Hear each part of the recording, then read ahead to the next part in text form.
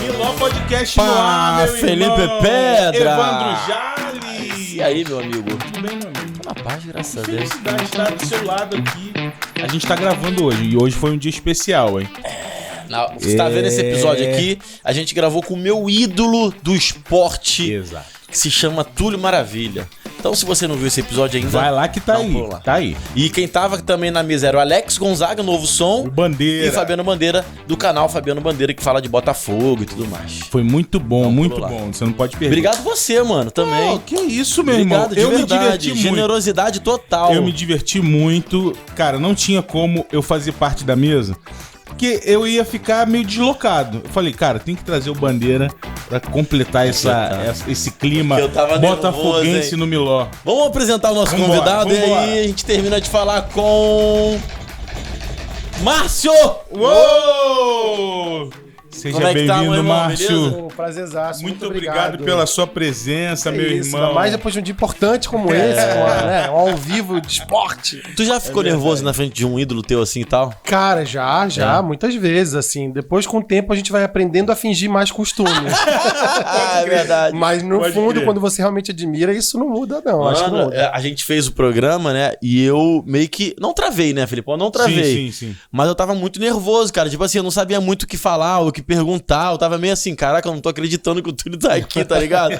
Aí o Alex e o Bandeira me salvaram legal. Olha aí. E aí na descida eu fui ali embaixo pra ele pegar o Uber e tal. Também tava fingindo normalidade e tal. Ele conversando comigo, o cara do meu lado. Do nada, o cara do meu lado. Como Olha assim? isso, olha isso, olha isso. Muito bom, muito bom. Obrigado aí pela presença, tá, Eu mano? agradeço, que é isso. Agradeço o espaço pra gente trocar essa ideia. Momento importante, momento importante. É isso. Muito Só bom, vocês que muito estão bom. acompanhando a gente, não esqueçam de se inscrever no Miló Podcast. Isso aí. Se inscrevam aí.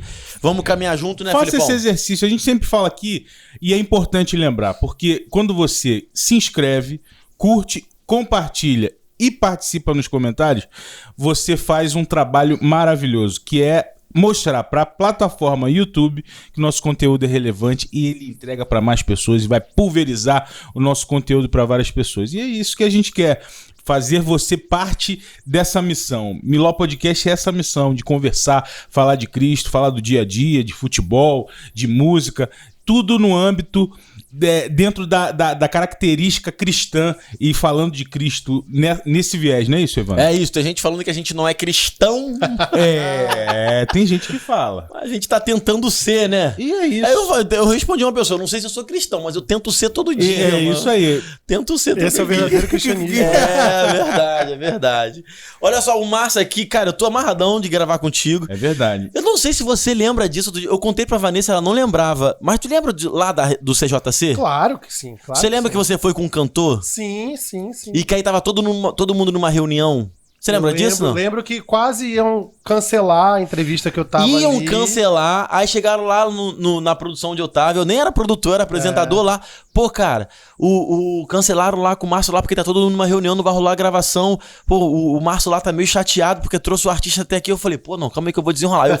Eu que desenrolei aquilo pra fazer Olha rolar, só, mano. olha aí, É real, Tô aqui mano. quase 10 anos depois pra te agradecer. É porque eu lembro muito, eu fui lá na reunião, falei com a diretora do canal, falei, ó, aconteceu isso, eu vou desenrolar, beleza? Ela, beleza, me dá um cinegrafista. Um ou dois, sei lá, não lembro. Coisas de emissora de TV. Aí a gente meio que fez o cenário Foi lá. Organizou e e foi. foi. Eu lembro foi... E foi eu que fiz a E entrevista. eu lembro quem foi o artista. Quem foi? David Kinlan. É mesmo, Foi cara? David Poxa, Kinlan. Foi David uma... É, o Kinlan. artista eu não lembrava. Eu lembrava Meu porque Deus, não o David não era um artista assim do Rio pra poder trazer. sim, Então sim. remarca. Aham. Então eu lembro que a minha atenção era essa. Pô, como é que eu vou trazer o David de novo aqui e tal? E aí deu tudo certo. Foi ótimo. Pô, e o David não pode se deixar ele... Deus Pô, o livre. pelo amor de O cara Deus. merece, né? Ele Merece. Mano, tem que- a gente vai falar da tua carreira, lógico, da tua Claro, música, claro. mas aqui, os artistas quando vão em mídias, podcast, rádio, seja lá o que for, a galera dá uma reclamada, assim? Quando acontecem coisas como essa, sim. Não, mas não só com relação a isso. Reclama de, tipo assim, foi ruim, ou... Não, cara, não, a galera acho fica que mais não, de já boa. tá meio no piloto automático É, deles, assim. né? Na verdade, eu sempre trabalhei os artistas nesse momento, é o momento do lançamento do projeto. Então, Sim, tá sim. meio que na pauta da rotina deles, naquele período da vida deles, dedicar aquilo, assim.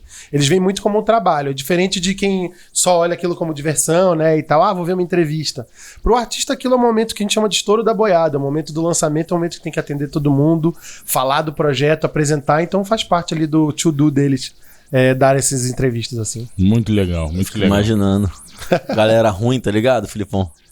Chega um cara grandão. Não, e isso faz parte desse trabalho que você fazia, né? Você continua fazendo também. Não, ou agora não. Agora não, né? Mas esse trabalho é muito importante, trabalhar o psicológico do artista pra entender que é o job, né? Eu tive a sorte e a bênção de lidar com artistas muito experientes, Sim, assim. sim. Então, na verdade, já não era mais tanto, assim. Eu acho que eu peguei pouquíssimos artistas que estavam em início de carreira e que eu precisava dar um toque ou outro, assim. Eu acho que muito mais eu tive isso no período em que a TV Globo, por exemplo, abriu as portas pro evangélico. Sim. E eu precisava levá-los para um ambiente que eles não estavam acostumados. Então, ó, vamos evitar essas pautas, esses temas aqui, preparar eles para isso. Sim, e caso total. isso surja numa discussão, você esteja pronto para falar disso, daquilo, para que nem eles se queimassem com a audiência deles, nem. Sim. Né? Então sempre teve esse cuidado só. Caramba. É muita bagagem. Pelo amor de Não, a gente tava conversando antes aqui que o Márcio trabalhou com o Erasmo, né, cara? Erasmo Assim, Carlos, caramba, exatamente. ele faleceu agora, infelizmente. Não só com o Erasmo, mas com a grande parte dessa MPB Exato, aí Exatamente, toda. exatamente. É que eu falei Erasmo porque ele acabou, É, acabou isso, de acabou falecer. falecendo, exatamente. Como é que é trabalhar com essa galera, mano? Como é que foi? Cara, é genial. Ó, tem um pouco disso que você tá falando de, pô, esse ídolo aqui na minha frente, né? No começo era muito assim, essa experiência de... A minha mãe é uma artista de casa. Então, assim, em casa, quando tinha o novo disco da Bethânia, era um acontecimento. Preparava um jantar diferente, a gente parava pra ouvir música, né? Então, de repente, tá perto do Ney, tá perto do Erasmo, tá perto dos Novos Baianos, assim. São artistas da MPB gigante, Sim. que eu tive essa aproximação. Era sempre, de fato, um impacto, assim. Mas com o passar do tempo, com o convívio de trabalho e as pautas, não são pautas amenas do tipo, eu sou seu fã, eu tiro uma foto. No geral, era assim, olha, a gente precisa virar essa música, isso aqui, qual que vai ser a música de trabalho? Aí vira relação de Aí trabalho, é relação de trabalho, né? Acaba que muda um pouco. E o Erasmo, especificamente, eu tive a honra e a sorte de virar amigo pessoal, então poder mostrar minhas coisas pra ele quando eu tava começando a fazer música, ele aprovar e dar a bênção dele foi muito importante pra mim. Pô, você tá também. maluco, isso é um privilégio, Márcio. É um privilégio, Isso é um privilégio, cara. Tem gente que é fã, tem gente que não é fã, mas reconhece a grandeza do cara, o tamanho. É um dos maiores artistas da música Sem dúvida. do Brasil, né? Compositor, então, eu acho que E o ele cara é um dos virou teu maiores. brother, pô. Olha, pra começar, só contextualizar a questão Sim, do meu sim. primeiro lançamento musical, foi muito engraçado, porque eu tinha feito uma música chamada Em Paz, que foi minha primeira música que eu soltei nas plataformas e tal. Na verdade, antes de soltar nas plataformas, eu fiz um clipe na praia, soltei no meu canal de YouTube, um canal ainda inexpressivo. E eu sou muito amigo do Erasmo, da família e tal. A Fernanda, que é hoje viúva dele, né, esposa dele, viu e falou pra ele. Eu fui levar o Erasmo pra fazer o lançamento de um disco dele no Encontro com a Fátima. E no intervalo ele me puxou aqui e falou: vem cá, me lembrei de uma coisa agora, Márcio. Eu falei: que foi? Fernanda me disse que você tá lançando canções, é verdade? Aí eu me tremi todo. Meu Como você não me Deus. mostrou? Ele tem Olha aquela fama só. de mal que ele fazia. Né? Aí o cara, não, mostra agora e tal. Dá tempo, dá tempo. Eu fui lá e mostrei pra ele no celular. Ele começou a assistir a canção, o clipe e tal. Quando terminou, e eu me tremendo todo, quando terminou ele tava com os olhos marejados, assim, virou pra mim e falou: é muito bom saber que tem um artista cuidando da gente. Isso pra mim foi um start, foi uma que coisa do lindo, tipo, mano. você pode seguir adiante. Porque eu tinha coisa certo linda. conflito ético de ser artista e estar numa gravadora trabalhando a carreira de outros artistas. Eu tinha uma certa... Na terapia até falo muito disso, esse senso um pouco de culpa que eu tinha de será que eu tô usando de um espaço que eu não deveria, porque eu sou artista e eu tô cuidando de artista e tal. E ali foi meio que uma chancela do tipo, vai, mano, vai, porque o Erasmo Carlos tá dizendo que é pra ir, então ninguém mais vai dizer que não é pra ir.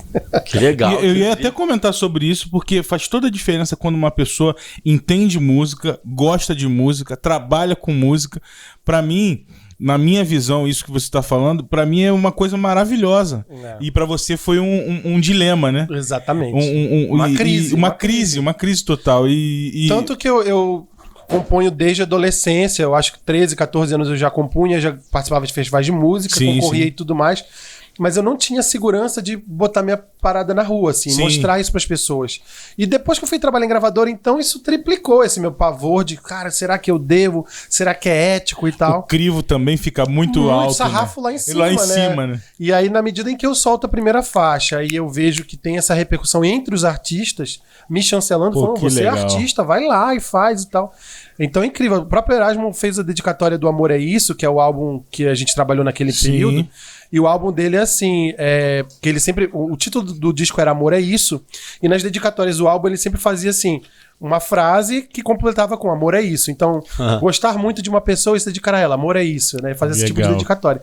Na minha dedicatória é entender a sede da alma do artista. Amor é isso. Caramba. E ali eu falei, cara, o cara realmente me chancelou. Então deixa saudades, não só pelo artista genial que ele era, mas pelo ser humano fantástico, que sem dúvida não tem ninguém assim que se compare. Caramba. Que irado. Muito bom, muito bom. Rapaz, o papo hoje vai ser maravilhoso.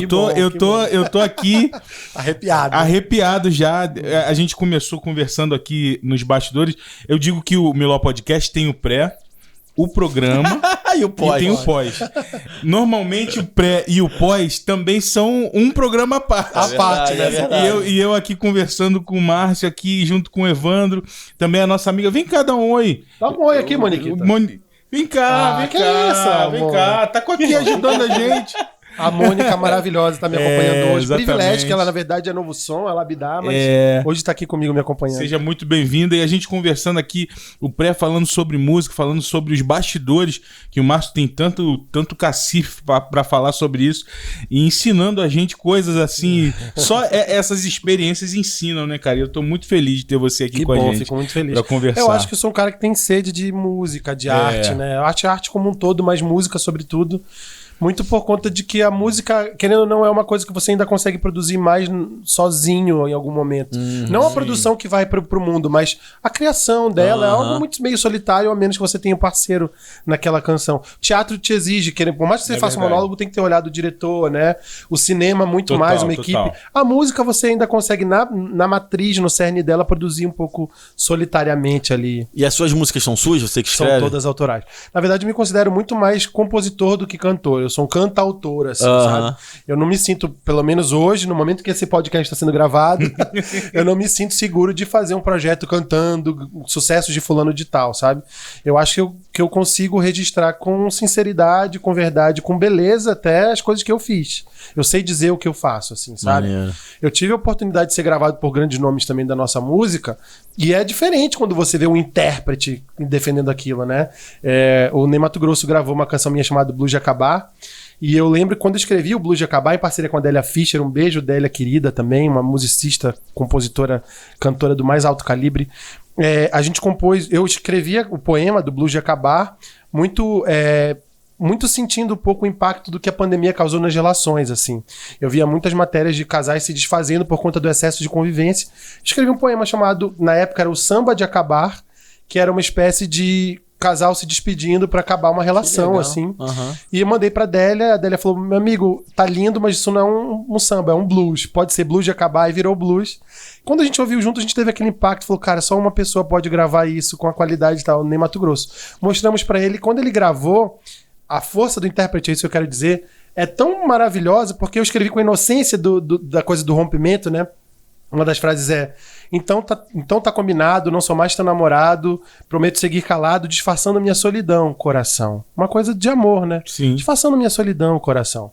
E ele gravou, disfarçando minha solidão, coração, com uma ironia que subverteu o meu poema e achei brilhante, que é só o intérprete verdadeiro consegue trazer alma, né? Da interpretação de um poema, de uma canção assim.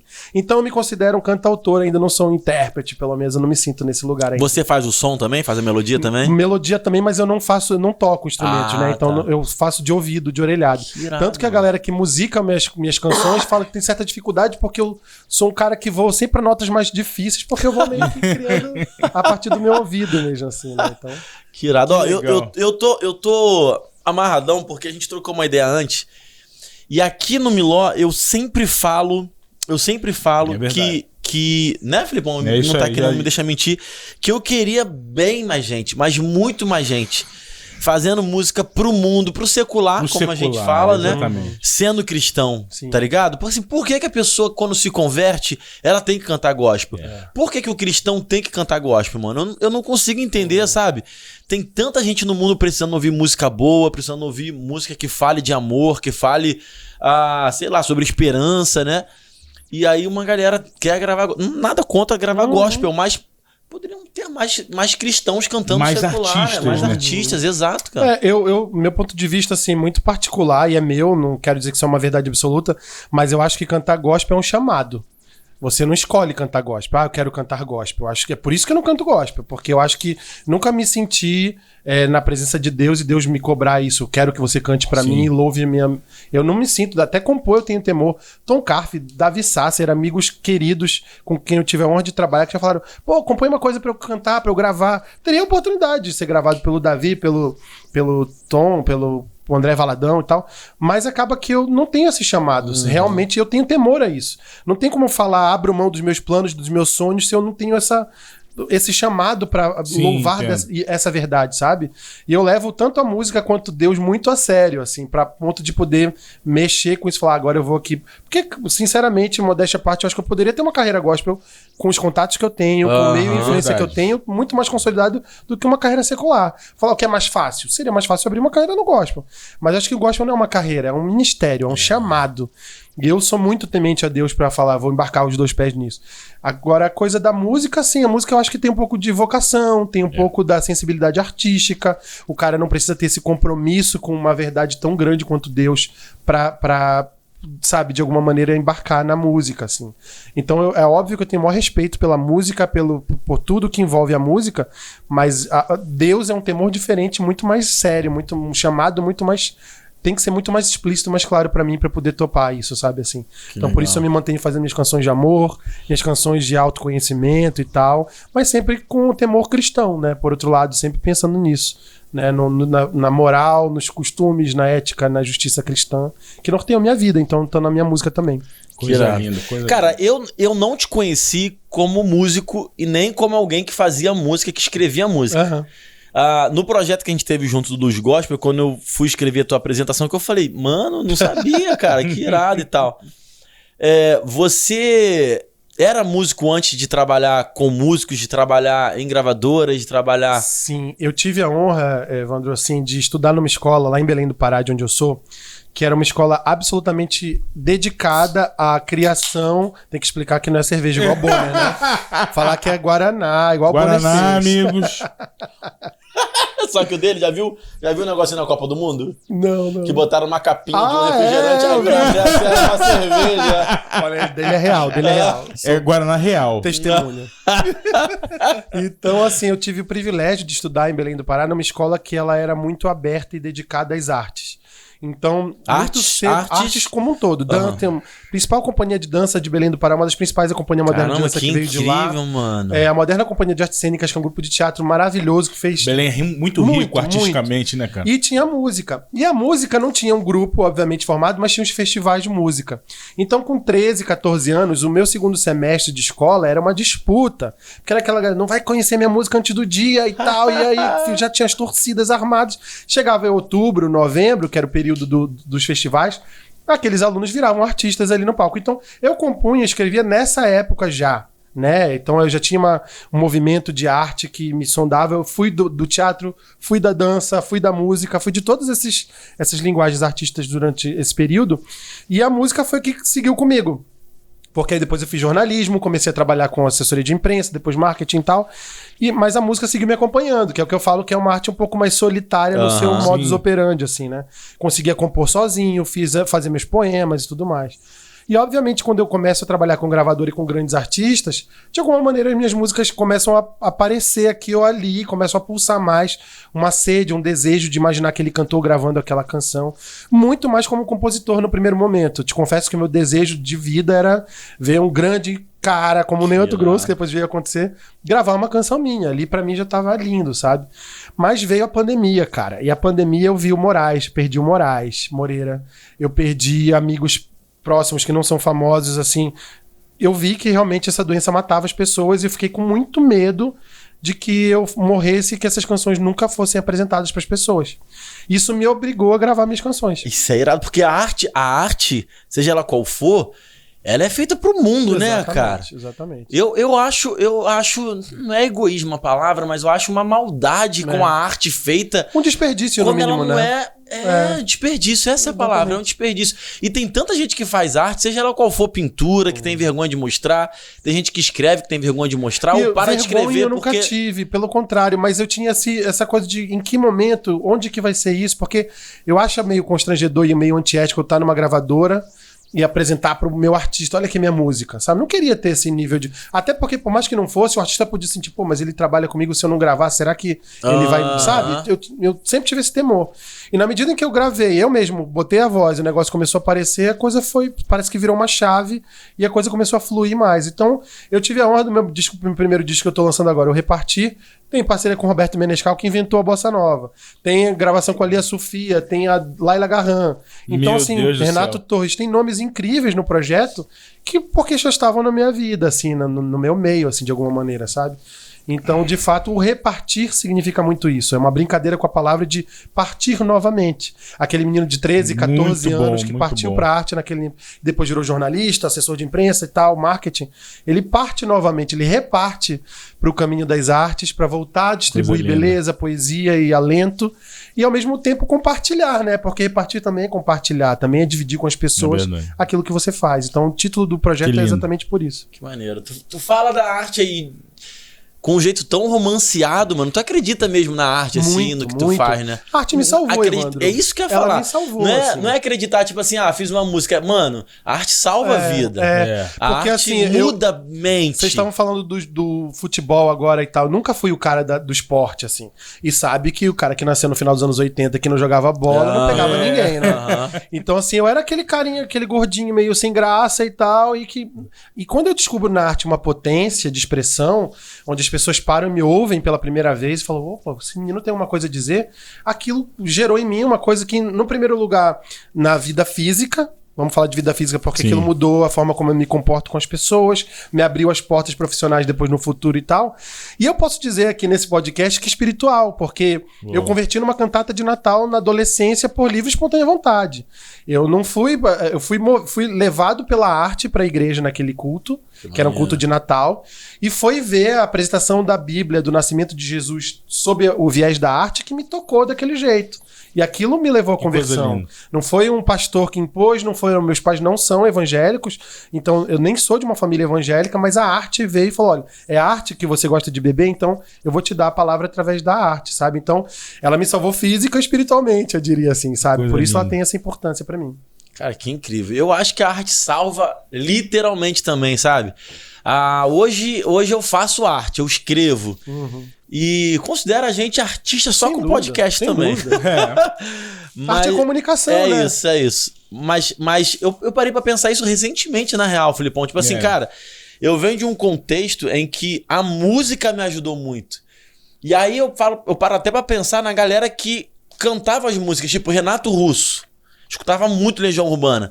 O tipo de música que o Renato Russo fazia eram músicas muito de punch, de impacto, de crítica. Exatamente. Né, cara? Muito, muito. Hoje, quando eu escrevo, Márcio, basicamente os meus textos são críticos. Querem provocar isso, né? Exatamente. É muita influência, né? Isso Você é louco muito da arte, porque a influenciado, arte né? também tem isso de você se retroalimentar. Ninguém inventa roda, né? Aham. Verdade. Você vai trazer aquilo que você já ouviu, esses momentos em que minha mãe abriu um disco da Bethânia em casa, estão nas minhas canções, estão no meu jeito de me portar na vida. Então, assim, a arte, ela segue influenciando, uma coisa leva a outra, e tu percebe ali um verso que, pô, parece com aquilo, é um pensamento que foi criado lá atrás e que você reverbera de novo de uma outra forma. Muito. sobre o teu viés. E quando eu escutava as músicas, eu ficava sempre atento à letra, porque a letra queria dizer.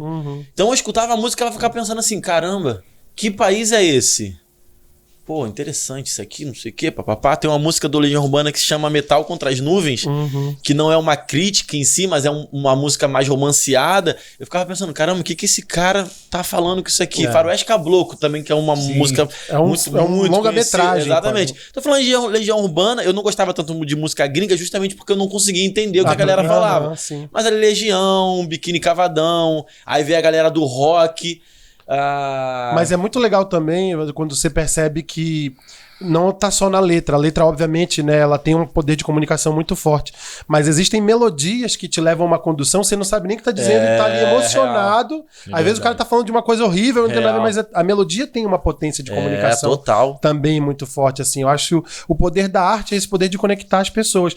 E aí eu acho que vale a pena, quando a gente fala de música, dividir essas coisas, porque existe arte e existe entretenimento, sabe? São duas coisas que são coisas opostas, assim.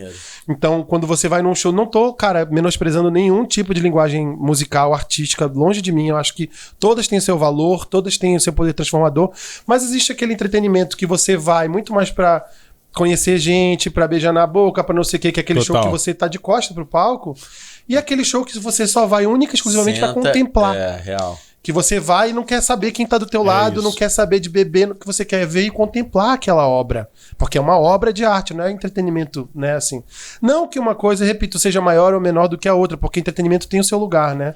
É super importante também que um cara que trabalhou a semana inteira, tá exausto, tenha o seu momento de divertimento e possa extravasar, e a arte possa ser o fio condutor desse momento de relaxar. Mas o que eu proponho com a minha arte, pelo menos, é a arte contemplativa de provocar isso que o Renato te provocou. Que é o de, cara, eu não sou mais o mesmo depois que eu vi isso. A arte é isso, é essa coisa que ela não tem um motivo de existir, que a arte poderia não existir, mas na medida em que ela passa a existir, ela é vital. Então, assim, quando você pensa no Grande Sertão Veredas, o mundo poderia existir sem o Guimarães Rosa, sem o Grande Sertão Veredas. Mas na medida em que ele existe, nada mais é a mesma coisa. Tudo muda. Mesmo que você não tenha lido, o mundo é outro. Então, é aquilo que antes não existia, que na medida em que passa a existir é fundamental, sabe? Assim. Coisa irado, que incrível, mano. E o resultado do Repartir, tu curtiu? Cara, tá recém-lançado. Recém-lançado, fresco. Eu lancei fresco, tem 2 semanas. Mas, assim, eu fiquei muito feliz com as playlists, que a música de trabalho A Redentor já entrou e já ocupou. Então, já garantiu pelo menos um poder de recebimento dos próprios influenciadores, né? Legal. Junto às plataformas. Mas, sobretudo, cara, eu acho que a coisa bem sucedida desse trabalho é o fato dele existir, sabe, pra mim. Porque eu acho que eu levei tanto tempo pra construir um disco, e eu fiz questão de que fosse um disco com 10 faixas, sabe como era antigamente? Sim. Que eu falo, cara, eu acho que só o fato dele existir pra mim já é um sucesso absoluto, assim, sabe? O fato de hoje já ter um monte de gente, eu tenho milhões de streams, eu tô muito feliz com isso, mas só o fato de eu já ter botado ele no mundo e saber quando que você fala que você tá com milhões de acesso, streams, de milhões de plays, mais views, mais tudo, né? Somar irado, tudo, cara. Então, assim, eu tô... Só a música com o Menescal, né, que são As Coisas das Flores, tem quase 700 mil já. Só no Spotify. Então, você soma isso, né? Todas as músicas, dá 1 milhão, assim. Mas mais do que esses números, é saber que eu botei no mundo isso, sabe? Assim, eu reparti esse projeto, sabe? De alguma maneira. Repartiu, né? E eu reparti, assim. Então, pra mim, é um significado, como ser humano, importantíssimo de que ele exista, esse projeto, sabe? Muito assim, lindo. pra mim. E que ele toque as pessoas, assim. Isso agora é a minha expectativa. Eu tô podendo vivenciar pela primeira vez como artista a coisa do ao vivo, porque eu sou um artista basicamente que nasceu na pandemia. Então, pra mim, tudo era número. Não tinha aquela carinha, aquele rosto por detrás dos plays, né? E agora eu fiz o show de lançamento em Belém do Pará. Tinham lá casa cheia e as pessoas vibrando, algumas canções já cantando comigo, outras emocionadas. E eu falei, cara, olha o efeito que uma obra de arte pode provocar nas pessoas, né? Então, isso tem um poder muito, muito magnético, assim, é muito bonito de ver. E basicamente foi a primeira vez que você canta para um público? Minhas canções, sim. Eu fiz muito gig de... como eu sou paraense aqui, restaurante de comida paraense, eu fazia cantando sucessos da Amazônia e tal. Sim. Mas, de fato, cantar as minhas canções foi a primeira vez, foi um show de 1h30 cantando minhas canções, foi a primeira vez, assim. Então... E aí? É um sabor totalmente diferente, cara. Assim, é muito especial perceber como aquilo que você escreveu naquele dia específico pra contar uma história. Tenho de curiosidade disso, não é brincadeira. É incrível. Eu falei na gravação que a gente fez com o Túlio, eu falei, e o Alex estava aqui, o Alex Gonzaga, eu falei, mano, tenho 2 curiosidades na vida que eu nunca vou saber na vida. Uma é, você tá no estádio cheio, tu faz o gol da vitória, a torcida que tá em silêncio, de repente... deve ser fantástico. E a outra é, uma música que você escreveu, só você e Deus, mais ninguém. Tá ali escrevendo, pensa, reescreve e tal. E aí do nada você tá cantando, alguém tá cantando o que você escreveu sozinho. Isso é fantástico. E assim, o próprio Blues de Acabar, né, que o Ney gravou, então deu uma visibilidade muito maior do que qualquer outra canção que eu já tenha feito antes. A primeira vez que eu passei, tinha um carro tocando no sinal, assim, ele parou do meu lado, tava ouvindo uma rádio FM. E tava ouvindo alto e era a minha música, começou os acordes, eu falei, eu conheço essa música, é o Ney, uma canção do Ney, caramba, é a minha canção. Caraca. E aí tu vê que um cara que você talvez nunca mais encontre na vida, atravessa um carro do teu lado e tá ouvindo um poema que você escreveu. Que incrível. Tem um sabor muito especial, assim. E tipo assim, eu passei por algo parecido. talvez seja diferente da música. Talvez, não sei. Você pode me falar se é uma coisa parecida. Porque eu escrevi uma peça de teatro. E foi surreal ver um ator interpretando, dando vida. Porque assim, quando eu escrevi, eu não escrevi que roupa que a pessoa devia vestir. Sim. Não sabia quem ia fazer aquilo. Não sabia quem ia fazer. Eu não escrevi que tipo de expressão. Eu coloquei no começo, ó, essa é assim, MDS, essa, e escrevi os diálogos. Mas o artista, como você falou, ele meio que... Dá a dose dele naquilo. Exatamente. Né? Então, quando eu vi aquilo, eu ficava assim... Eu não acredito, eu me arrepiava da cabeça aos pés, Filipão, porque eu escrevi sozinho e uma pessoa personificou do que eu escrevi. Aí quando rolou a peça de teatro, me deram a honra de... Não foi uma abertura do teatro, né? Mas de fazer uma espécie de abertura da peça. Então eu fui lá, expliquei a peça... falei que eu era o autor, falei algumas coisinhas das regras lá que ia rolar e tudo mais. Então, quando acabou a peça, uma galera veio falar comigo. Feedback. E eu falei assim, cara, que incrível, que incrível.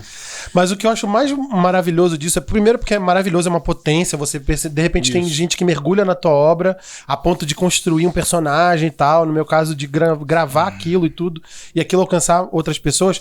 Mas o que eu acho mais mágico de tudo isso é porque é democrático, cara. Né? Esse lugar onde colocaram a arte, de que é um lugar intangível, que só pessoas muito bem dotadas, com sensibilidade aguçada, que são capazes de fazer. Cara, abobrinha. Isso é pra vender mais. Porque, no fundo, se você se dedicar, você consegue compor uma canção. Não sei se é uma boa canção, mas faz uma canção. Isso é possível. Faz um poema, faz uma peça de teatro. Então, botar a arte nesse lugar intangível, intocável, inacessível, que só os grandes espíritos são capazes de alcançar e tal... É meio que tentar encarecer, custear um pouco mais o negócio que é democrático, porque a arte tá aí pra todo mundo, né? O Drummond já falava sobre isso, sobre a abertura. A poesia não fala sobre os dias especiais, não fala... A poesia tá aí pra ser poesia, nada mais do que isso. Então, assim... Eu penso muito nessa coisa democrática que a música, que a arte como um todo tem, sabe? Ao mesmo tempo que a potência, que é transformadora, que muda a vida da gente, por outro lado, ela tá aí pra quem quiser. Só você querer se chegar. Você chega a ela e ela vai te dar a mão, sabe?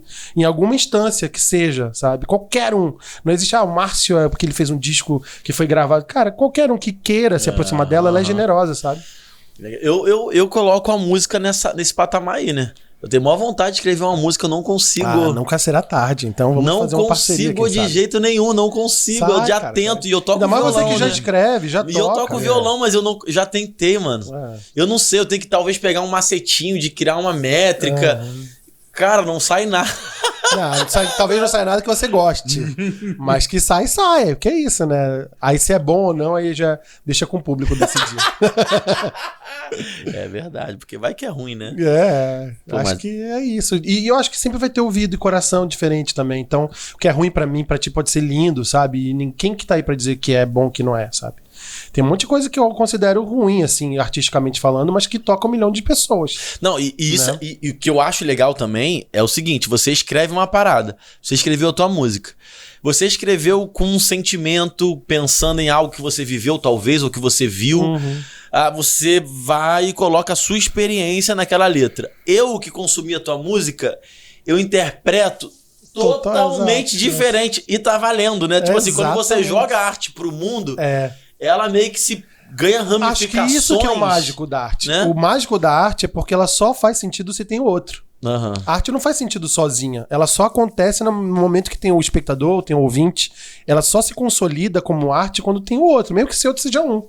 Porque ele vai trazer a subjetividade dele para poder fazer a leitura dele sobre aquela obra. Então, o meu grande anseio artístico de lançar minhas canções e o meu medo de morrer antes de que isso acontecesse, se pegasse essa doença da Covid e tal, não era porque eu queria ser um cara famoso e tal, era porque eu queria muito saber que efeito que essas canções iam causar em pessoas que têm outras histórias de vida, sabe? Outra subjetividade, assim. Então, depois que eu ouvi pessoas falando, cara, eu ouvi Em Paz e enquanto tava grávida, a barriga mexia, sabe? Então tem uma mágica nisso, de caramba, essa pessoa que eu nem conheço, com uma filha que talvez eu nunca venha conhecer, mas a minha canção gerava uma parada nela e a barriga dela mexia na gravidez ouvindo minha canção. Isso tem uma potência que eu acho muito bonita, assim, sabe? Muito, muito especial no geral. Legal. Da arte, assim. E, mano, fala aí, você nunca tinha feito disco teu, música tua. alguém tá assistindo a gente agora e fala assim, cara, eu sempre sonhei em ter um disco.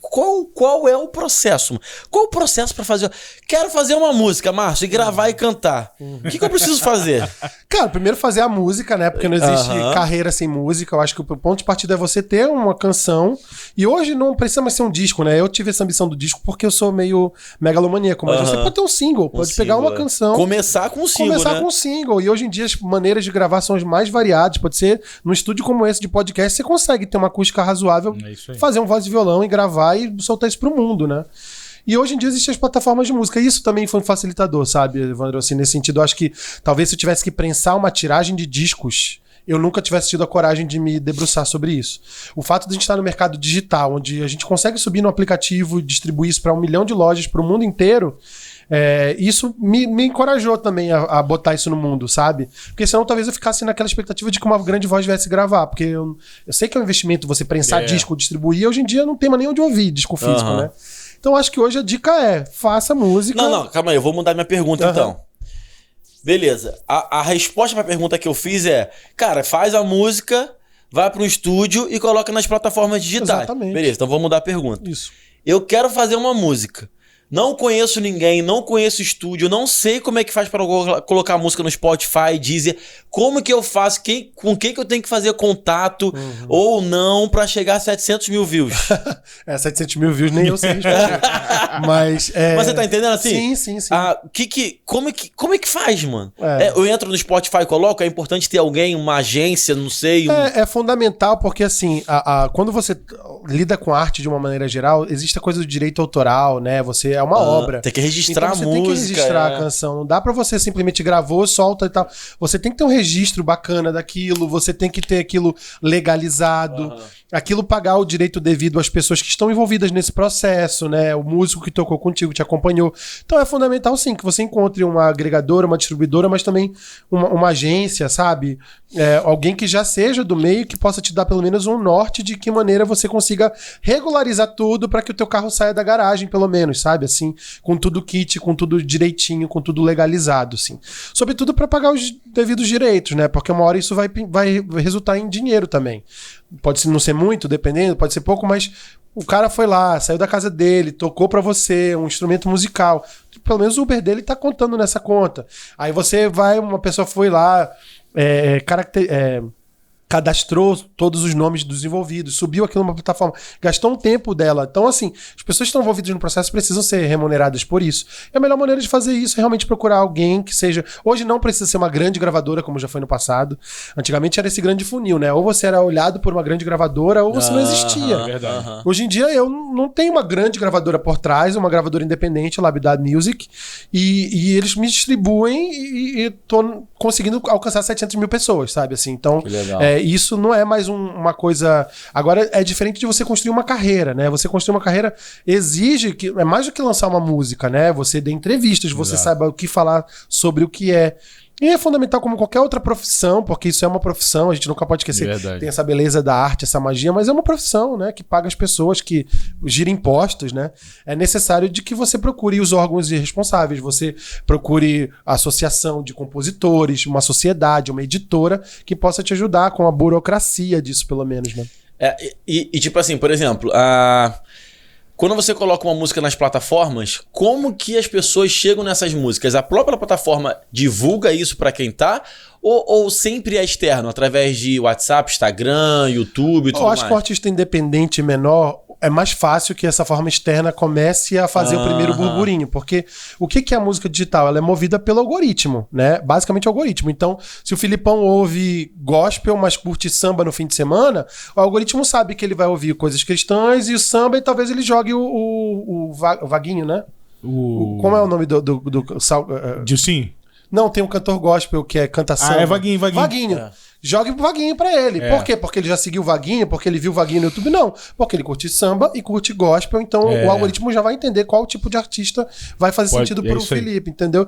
Então, assim, o primeiro movimento tem que ser de você primeiro atingir o teu bairro, a tua casa, a tua família, pra que o algoritmo entenda qual tipo de ouvintes você tem. O cara que curte mais MPB, o cara que curte mais axé, o cara que curte gospel.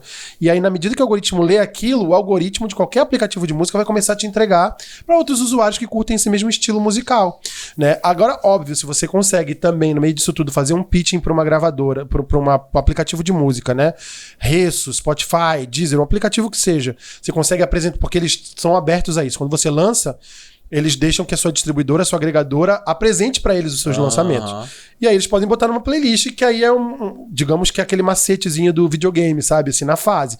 Porque você entra numa playlist que já tem um número de ouvintes bacana. A playlist que o próprio aplicativo oferece playlist de MPB. Ouvintes. No meu caso, uma playlist MPB, uma playlist Bossa Nova, que já tem ali João Gilberto, já tem ali Roberto Menescal, e a minha música é um feat com Menescal, a minha música entra ali. E aí acaba que gera esse número de streams, alcança mais gente que já curte João Gilberto, já curte, e aos poucos vai se aproximando de mim. Então eu acho, na minha opinião, parca opinião, nunca foi tão democrático e tão possível se fazer música e se iniciar uma carreira hoje. O mais difícil não é você lançar, o mais difícil é você conseguir ser visto nessa prateleira que vomita 1 milhão de músicas toda sexta-feira, né? Então você conseguir uma visibilidade nessa prateleira que é o grande desafio. Por isso o trabalho de marketing é tão importante, de assessoria de imprensa, né? De espaços como esse que vocês cedem pra gente falar um pouco da nossa história, apresenta isso pra uma centena de pessoas que já mudam um pouco os algoritmos ali e vão te apresentar pra mais gente. Toda sexta-feira que é o lançamento? Normalmente o gospel às terças e o secular às sextas. Mentira, não sabia disso não. Sabia, Felipe? Sabia. Você pode escolher qualquer dia, exatamente. mas eles te recomendam que seja aquele dia porque é o dia do lançamento. Então todo mundo para pra ver o que tem de novo rolando, né? Gospel terça? Gospel terça, muito por conta de um movimento que a Deezer veio fazendo, de sair um pouco do movimento dos lançamentos seculares, e depois os outros aplicativos foram atrás um pouco, assim, e o secular às sextas. É real que o Deezer tem um... Nunca posso falar. O Deezer tem um apego maior, um trabalho maior com gospel e tal? Eles tiveram no primeiro momento, acho que foi o primeiro a dar esse grande passo, mas depois o Spotify também contratou, a Resso contratou, todos os aplicativos começaram a ter o seu... Entenderam que é mais, é o que eu tava falando nisso na entrevista, é mais do que música, né?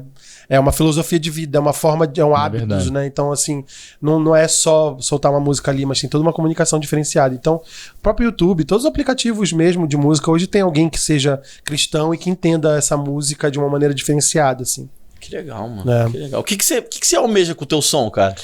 Cara, eu quero muito isso que tu falou, dessa mágica de entender como a subjetividade do outro pode trazer uma nova leitura àquilo que eu escrevi. Isso eu acho que é o ponto de partida, é o mais fascinante.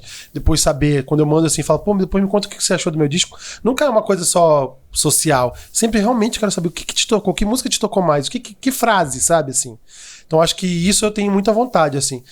E eu também acho que tem uma coisa de legado, sabe, Evandro? Eu tava pensando nisso, assim, meu sogro faleceu no período da pandemia e a gente tem uma sobrinha pequenininha, fez 2 anos agora, a Helena. E eu tava conversando com a Vanessa, minha esposa, e eu falo, poxa, talvez a Helena não saiba como é a voz do Ricardo, o jeito estressado do Ricardo e tal. E aí ela me respondeu, a Vanessa me respondeu isso, falou, engraçado, você um dia vai falecer e tal, natural, todo mundo vai, mas os nossos filhos, os nossos netos, os nossos bisnetos vão saber o que você pensava com as suas músicas, como era a sua voz. Então, assim, de alguma maneira tem uma pretensão de eternidade quando eu faço Lógico, sabe por quê? Eu pensei nisso tem, sei lá, uns 3 dias, 4 dias que eu pensei nisso, tu acredita? Que eu falei assim, cara, eu vou ser pai agora. Quando eu morrer, quando eu partir, a minha filha vai ter uma penca de episódios de podcast em que eu dei falando dela, sabe? E o que você pensar, você pode até mudar sobre depois, o mundo, mas exato, mas ela vai me conhecer sem eu falar Total, diretamente pra ela, sabe? E ela vai conviver contigo, né? Com certeza, mas os teus tataranetos vão poder ter acesso a isso. Eu acho que isso é a eternidade, sabe? Assim, esse é um pouco uma ambiçãozinha de artista que eu tenho, pode não ser 1 milhão de pessoas, eu posso não encher o Maracanã, tipo tá dizendo o Thiaguinho. Mas se aos poucos as minhas músicas forem se arregando de pessoas que eu não conheço, isso for ficando, daqui a um tempo esse cara, sei lá, aconteceu um apocalipse zumbi e descobriram o meu disco, cara, esse é o recorte do Brasil dessa época. Era assim que se pensava, era isso que se dizia, sabe? Esse é um pouco o meu ímpeto maior, assim, mais do que fama, claro que quero também que muita gente conheça, ouça, mas... Grana. Também, como não, mas... Eu quero muito. Mais do que isso é isso. Por favor, isso. Senhor, abençoa. Amém. Seus servos estão prontos. Estamos prontos. Eu vou fazer meio que 2 perguntas e eu imagino a resposta de uma já. Você é cristão, Sim. evangélico, cantando secular. O meio cristão te repudia por conta disso? Eu acho que repudia é uma palavra forte, mas eu tenho amigos que dizem que oram para que eu converta de verdade. Ah, meu Deus. Pois é pior do que repudiar, pô. Caramba. Então, assim, tem um pouco Essa frase disso, é assim. pesada demais. Tem um pouco disso, assim, de amigos que, porque o primeiro amor é uma coisa muito, muito diferenciada, é né? Então, verdade. eu tive o primeiro amor que, assim, só ouvia gospel e vivia o gospel. Eu tirei todos os santos do altar do meu pai, que é muito católico e tal. Tive essa vibe da adolescência espiritual, assim. E hoje que eu sou um cara mais maduro, eu acho, na fé, que eu já entendo a minha relação com o Senhor, eu tenho uma relação muito pessoal, muito íntima, eu tô mais aquietado em relação a isso, assim, e me interessando menos sobre o que os outros pensam a respeito da minha fé, assim. Mas eu acho que tem um pouco disso, da dúvida, será que esse cara é crente mesmo? Isso rola, assim, sabe? Isso te abala zero? Zero, cara. Zero, porque eu tive a oportunidade de trabalhar com gente da música que é idolatrada por igrejas e tal, e que tem uma vida muito distante do Senhor, assim. E então, assim, eu não acho que cantar uma coisa seja uma bandeira, sabe? Necessariamente de verdade da tua vida, assim. Acho que tá muito mais no teu jeito de ser, na tua índole, no teu caráter, no teu dia a dia, como tu trata o porteiro do teu prédio, tua esposa, do que com o que tu canta, assim, sabe? É igual dizer pro garçom só vai servir água e só vai servir se ele for crente, só vai servir pra gente crente, sabe? O que eu faço é servir a água, de alguma maneira, a água poética, a poesia. Então eu não posso servir só pra quem é da minha fé, sabe? Eu acho que é pra além disso, assim. Eu sou um cara também que eu não ligo muito pro que os outros pensam, não. Mas você acredita que eu tô me importando mais com umas coisas que eu imaginava que eu ia me importar? De verdade. Tipo o quê? Com o lance que a gente viveu no podcast que a gente fez, do debate e tal. Eu achava que isso mas isso eu percebi. Eu achava que isso não ia me abalar, me deu uma balada. Isso eu até ia comentar com você. Você ficou... Eu fiquei nervoso momentaneamente, mas depois eu relevei. Eu sinto que você tem... Eu dei uma balada. E geralmente isso não acontece, eu dei uma balada. Sabe por que me abalou também um bocado? O caos político que a gente viveu nas eleições, Sim, sem dúvida. em que muita gente me taxou como não crente, tá ligado? Por coisas que, irmão, não tem nada a ver. E nem me taxaram diretamente não, tá ligado? Mas é que eu escutava umas paradas e aquilo me chateava e eu não entendi muito por que eu tava me chateando, não. Cara, isso aconteceu porque a gente viveu um momento de polarização muito pungente, assim, e isso aconteceu um pouco comigo também, porque... E eu nem sou um cara de esquerda. E olha só que eu nem sou um cara de esquerda. E nem de direita também. Tipo assim... Mas é isso que o fato da gente ser gente de fronteira, que eu chamo. Isso, A gente não tá nem pra um lado nem pro outro. Se você olhar meu feed do Instagram, por exemplo, você vai ver que meus posts desse período sempre foram em relação à violência. De ambos os lados. Sim. Quando vinha pra violência, de qualquer lado que seja, aquilo me deixava. E eu levava a pedra dos dois lados. Tanto o meio musical, quando é que você vai se posicionar e tal, em relação ao nosso presidente, e em relação à igreja. Poxa, você é cristão ou não é? Como vai se... E eu não conseguia ver nem a barbárie do que diziam que um lado era, e nem a demonização, nem a santificação do outro também, sabe? A santificação foi... Então, assim, eu fiquei realmente num lugar de me deixar recluso. Algumas entrevistas que eu dei agora por conta do Repartir a respeito do meu disco me cobraram isso. Eu falei, cara, eu acho que talvez não tenha nada mais político do que você lançar um disco no período que a gente tá vivendo. Irado. Eu acho que a minha maior bandeira é fazer um disco nesse contexto. Você fazer 10 faixas no mercado digital. E ainda mais falando... single, falando de profundidade de coisas que eu creio. Então, assim, eu não vou no meu disco, não esperem isso, que eu aponte uma direção. Eu vou provocar. Se você ouvir o Repartir, você vai ver que tem ali coisas que insinuam questões. Mas é pra você se questionar a seu respeito, sabe? Pra que lado você quer ir, não vai ser o que eu vou dizer, sabe? Eu tô tentando entender por que eu fiquei chateado. Eu vou chegar em alguma conclusão em algum momento. Eu acho que eu tenho geralmente eu não me importo. uma resposta. Eu acho que essa polarização, ela tá no âmbito, como eu usei no podcast, eu vou falar assim, a galera voltou à quinta série, sabe como é que é? E fica um negócio meio debochado, provocativo e sem chance de resposta de uma conversa plausível.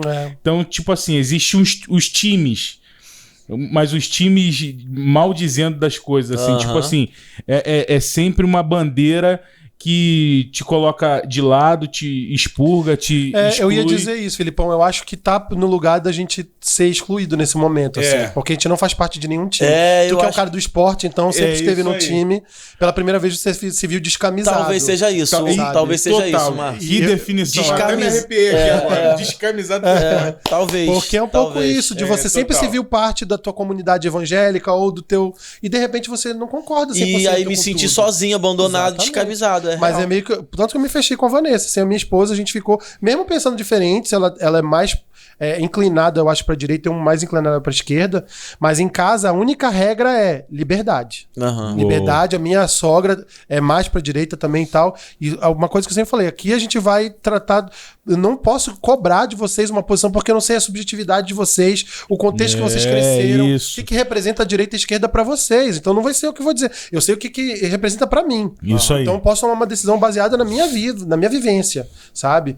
Mas eu me senti totalmente assim, meus amigos se afastaram, alguns de ambos os lados, tá? Vale dizer assim, não é uma coisa bolsonarista ou esquerda, é uma coisa assim, ambos os lados se afastaram porque não viram um posicionamento, uma reação minha, e eu sou um cara que normalmente tenho posicionamento, se alguma coisa política acontece, eu sempre me posicionei sobre fome, sobre miséria, sobre qualquer coisa, quando rolam coisas em relação ao assédios sexuais, sempre, né? O homem fica calado e tal. Eu sempre fui um homem que vai pra frente e fala disso, sabe? Quis ser essa desconstrução, essa masculinidade tóxica é uma coisa que eu busco desconstruir, assim. E em relação à política, eu não consegui me posicionar porque nos dois vieses eu não tinha 100% de firmeza nas coisas, sabe? Quando eu via os debates políticos, eu não via proposta, eu via ataques. É verdade. Que não me diziam muito mais deles do que do outro, sabe? Então, isso me deixou... Óbvio que, assim, não posso negar que eu... Pro meu ponto de vista, eu tô mais feliz com o resultado que foi e temeroso pelo desenrolar dessa história também. Mas eu respeito também a dor de quem, não viu o cara que eu acreditava ocupar esse lugar, né? Enfim. E a outra pergunta é, tipo assim, no outro lado, né? O fato de você ser um cristão cantando secular, se a galera que não é cristã te aceita também, tranquilo? Cara, hoje quebra muito porque eu acho que é isso que a gente fala também, né? Na música, na cultura, a gente sempre tem aqueles pilares que vão na frente, que abrem caminhos. Então, acho que talvez seja um pouco a escola da Baby do Brasil, um pouco dessa escola desses cristãos que são cristãos e são artistas 100%. Né? Então, eu devo muito isso, assim, a esses cristãos que vieram na frente. MC Marcinho é um cara que é diácono na igreja dele, sabe? E que canta o funk romântico, com pureza, com leveza e tal. Então, são caras que vieram antes de mim, a quem eu devo, obviamente, e que acabam deixando um pouco o campo mais ameno pra minha chegada. Mas às vezes ainda rola, eu brinco que é aquele tantã da Netflix, quando eu tô num camarim, pré-show e tal, eu falo, mas eu sou evangélico, todo mundo fica tantã, sabe? Rola aquele Netflix, assim, na galera um pouco, até pra... Mas ele é evangélico? Como é que é isso e tal? E aí assimila depois que tá muito mais no meu modus operandi de lidar com a vida, de como eu enxergo as coisas, do que propriamente se eu vou doutrinar alguém ao que eu acredito, assim, sabe? Que legal. E em grande parte da nossa vida, essa deveria ser a atitude mais adotada, né? Assim, você se mostra como cristão no modus operandi da vida. Tipo, mano, eu tô no meu trabalho, na minha faculdade, tô na minha família aí. Respeito todo mundo, eu não roubo de ninguém, eu não falo mal de ninguém, não traio minha esposa, minha namorada, não bati na minha esposa, não sou, sei lá, dependente químico. Seja lá o que for, tá ligado?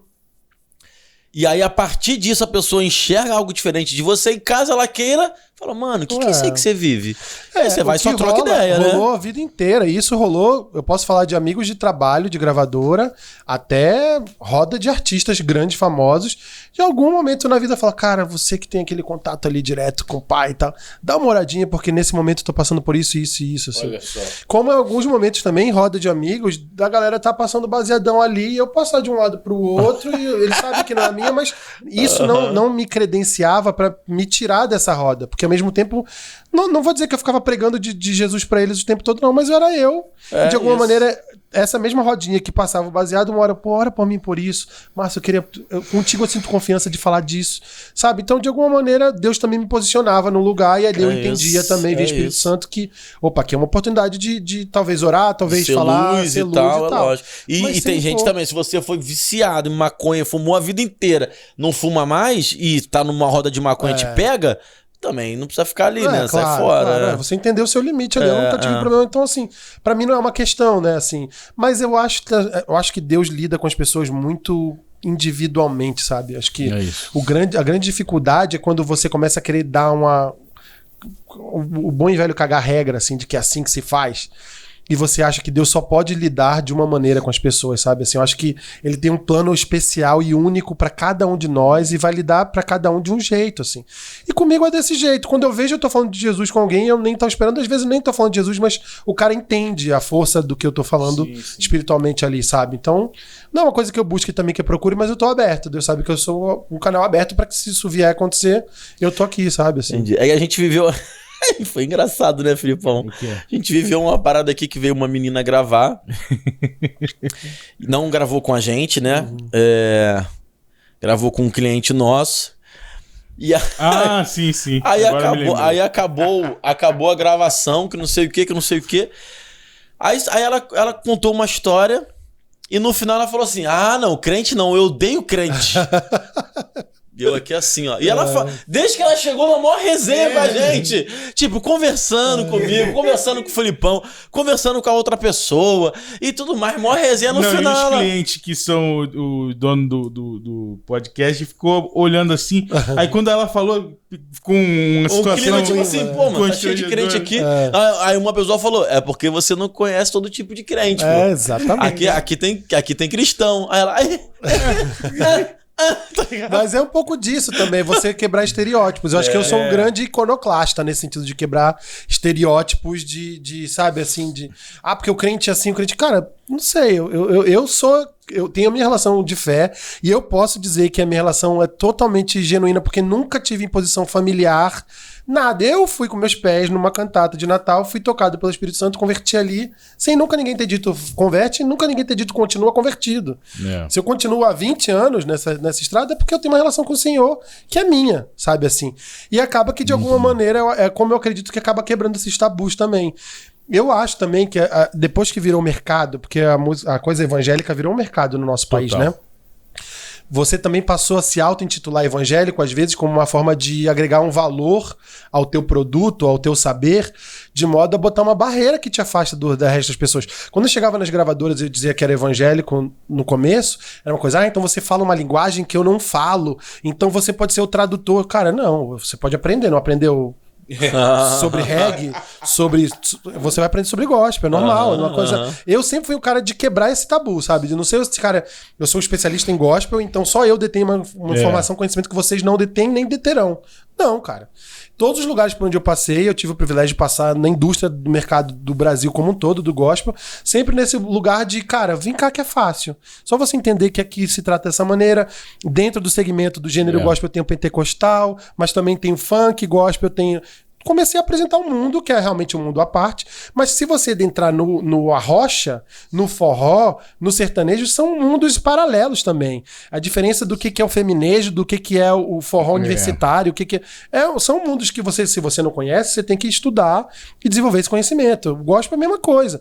Não adianta também querer espiritualizar, de só eu que sou cristão detenho isso, que eu vou saber fazer isso dar lucro ou isso dar resultado, sabe? Acho que tá naquela caixinha da arte também. Eu sou um cara que gosta de quebrar um pouco essas coisas que só eu detenho.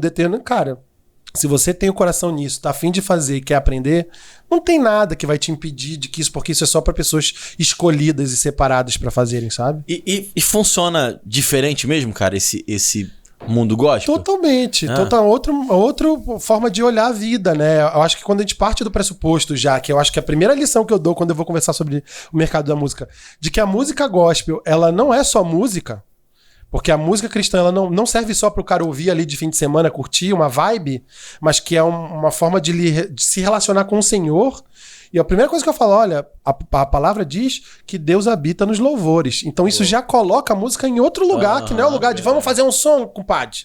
É outro lugar. É um lugar de relacionamento com Deus, que na pandemia foi absolutamente utilizado como substância de vida durante um tempo. Pessoas que não eram cristãs recorrendo a louvores para viver, para encararem as dificuldades financeiras, de saúde e tal. Então, o primeiro ponto de partida é, cara, não trate só como mera música, sabe? Eu acho que a música é uma coisa, pro divertimento e tal. A música evangélica, ela não é só música, ela é uma substância maior que nutre o behavior, sabe? O jeito de viver da pessoa, né? Então, esse é o ponto de partida. E daí você entende os trajes, a forma de falar, as gírias, aí vem todo o resto a reboque. Mas quando você parte desse pressuposto, acho que a janela já se abre, assim, sabe? Muito legal, bom, muito que bom. Legal, que legal mesmo. Que papo maravilhoso, hein? Eu gosto muito disso. Falando de... Várias janelas se abriram aí na tua cabeça. Não, é que você... As gavetas, né? Porque, tipo assim, eu vou mudar um pouco a pergunta. Eu entendi o que você respondeu, de fato. Mas falando de mercado, assim, funciona diferente também? Funciona, mas eu acho que funciona. Todo mercado é diferente um do outro, sabe? É meio que você falou antes, né? O sertanejo é diferente e tal. Porque aí você vai saber onde você vai vender. Você não vai vender... gelo no Polo Norte, né? Então, assim, é você saber pra quem você vai vender aquele produto, porque aí você também tem que, depois que espiritualizou, entendi que é o comportamento e tal, entender que também é um produto. E esse produto não vai ser vendido, não adianta eu querer chegar num cabaré e tentar vender a Aline Barros no cabaré. Eu vou na igreja apresentar esse projeto. Assim como se eu quero alcançar o sertanejo, eu tenho que ir pra dentro a gente chamava o Brasil interno, né? Aquele Brasil do centro. Então tem que desbravar esse público, mas eu acho que a linguagem... Se você vai vender axé, você tem que falar com a Bahia, você tem que falar com o Nordeste. Então você precisa entender a linguagem para quem você vai vender. Tem essa especificidade, mas de resto é como qualquer outro. Tem que tocar em rádio, tem que fazer uma campanha de marketing, tem que saber falar da indústria, tem que parar com o pudor de dizer que não estou vendendo a minha música, porque está vendendo, você vive disso, paga conta com isso. Então, quebrar um pouco esses estigmas que se criou e que eu acho que hoje também já caíram um pouco por terra também. E tratar como business, assim, como qualquer outro business, assim, sabe? Que legal. Mano, a gente pode encaminhar aqui pro final. Você queria falar alguma coisa que a gente não falou? Cara, não que eu saiba. Apenas a coisa Eu ouvi o teu som. Legal. Só que eu ouvi o teu som meio que dirigindo, fazendo coisas. Eu preciso ouvir teu som. Ouça. Importante. De verdade, né? Ouça de verdade. Escutar ali. Até pra dar esse feedback. Porque é bom esse feedback. E até pra dizer, olha, não me tocou tanto, assim, achei que fosse mais pelo nosso papo. Então, cara, realmente... Enfim, entender como isso chega pras pessoas. Isso pra mim é o mais importante. Porque tá ligado? Quando você escuta, a música passou e você não prestou atenção. Tá dirigindo.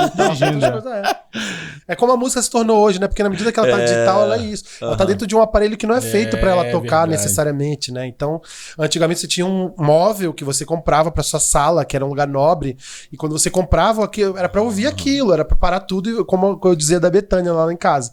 E hoje a gente tá dentro de um smartphone misturado com a calculadora, com o WhatsApp, com um monte de coisas que, né, a música fica um pouco mais no fundo dos acontecimentos, assim. Esse negócio do local especial é muito interessante, porque a música lá em casa era basicamente final de semana, de sábado de manhã. Tem um momento. Botava uma música, aí tem um clima pra todo mundo ouvir, aí o som alto, tipo, bom pra caramba, né? E eu acho que o primeiro movimento da adolescência é quando você escolhe seus artistas favoritos, começa a botar o seu fone de ouvido no nosso Apple Walkman, né? E você começa a se afastar um pouco daquela fonte, né? Exatamente, você vai criando sua identidade ali, né? Então, eu vou escutar a tua música lavando louça, que é o momento que eu mais presto atenção. Legal, de verdade. Legal. É mesmo? Eu sempre vou lavar louça, eu ponho música, às vezes eu ponho uma pregação, mas geralmente é música. E aí eu fico ouvindo, cara, eu fico meditando na música, prestando atenção e tal. E eu já te dei uma chave de acesso aí de leitura do que é essa obra, que foi isso que eu falei, assim, é meu reencontro, né? O meu repartir. Então, assim, vou dar um spoiler aqui pra galera, pra vocês ouvirem também. Eu abro cantando a canção Repartir, em parceria com o Renato Torres, que foi meu professor de música nessa escola que eu te falei. Então eu reencontro com ele pra fazer isso. E eu termino com a Laila Garran, que, pra quem não sabe, é uma grande atriz e cantora maravilhosa que fez Elis Regina no musical e tal. E ela gravou pra mim, porque ela é mezzo-baiana e mezzo-francesa, eu brinco com ela. E ela gravou pra mim uma passagem de Lucas, do Filho Pródigo. Em francês. Caramba. Então eu encerro meu disco, a última música é como se fosse a própria arte falando: eis o meu filho amado que estava morto e agora vive, estava perdido e agora foi encontrado. Ela fala isso em francês, no meio da música e tal. Então é uma essência que eu trago, meio como um fio condutor de que primeiro é o meu primeiro passo com o meu professor e no final uma artista do tamanho da Laila falando: você foi reencontrado, a arte está aqui de volta te abraçando e te recebendo, né? Então tem um pouco dessa leitura, mas tem 10 faixas aí pra você pirar. Caramba! Que irado. Márcio, muito obrigado, meu amigo. Prazer estar com você. Espero que você tenha gostado, ficado à vontade. Tem que voltar mais vezes. Por favor, vim fazer um som aqui, quem sabe. Real. E a gente tem essa pretensão de fazer nicho de playlists, né? legal. Falar sobre música, você trazer seu conhecimento, a sua bagagem também pra acrescentar. Botar um outro Bora músico nessa. aqui pra gente falar 4 Isso, pessoas. Bora nessa, isso é ótimo. Sendo você também um co-host aqui, legal, trazer tô uma galera pra você entrevistar, fazer. Claro, Eu vai acho ser que um maior prazer. você fala muito bem, você tem que estar na mídia, no mais alto topo, porque Que legal. é muito bom te ouvir, a gente fica bem feliz mesmo, irmão. Obrigado. Não é obrigado, rasgação de Filipão. seda, não. Uma honra. Eu, de fato, queria vivenciar essa experiência do podcast, assim. Eu nunca tinha sido entrevistado no podcast. Eu acho que é um ambiente bacana pra você desenvolver a ideia pra além de uma entrevista rápida. Então, pra mim, foi uma experiência muito legal mesmo. Muito Que bom que você curtiu, irmão. Obrigado, hein, gente? Obrigado aí pela companhia. A gente fica sempre muito feliz quando vocês caminham com a gente. Não esqueçam de se inscrever no canal e vamos caminhando junto. Antes da gente fechar, só uma coisa. @o Márcio Moreira no Instagram, por favor. Galera que assiste aqui o Miló, me segue lá no Instagram, @o Márcio Moreira. Você vai ver ali os bastidores dos clipes, as gravações. Troco todas essas ideias todas sobre poesia, sobre arte lá também com a galera. Vai lá, me segue que vai fazer a maior diferença pra mim. Lembrando isso, e as que todos informações estão aqui na descrição do Márcio, tá tudo aqui. Você pode também clicar direto aqui no link, beleza? Mas não deixa de fazer esse exercício lá. Vai lá ouvir o som e curtir o Instagram do Márcio, beleza? Valeu, gente. Deus Tamo abençoe. junto. Valeu.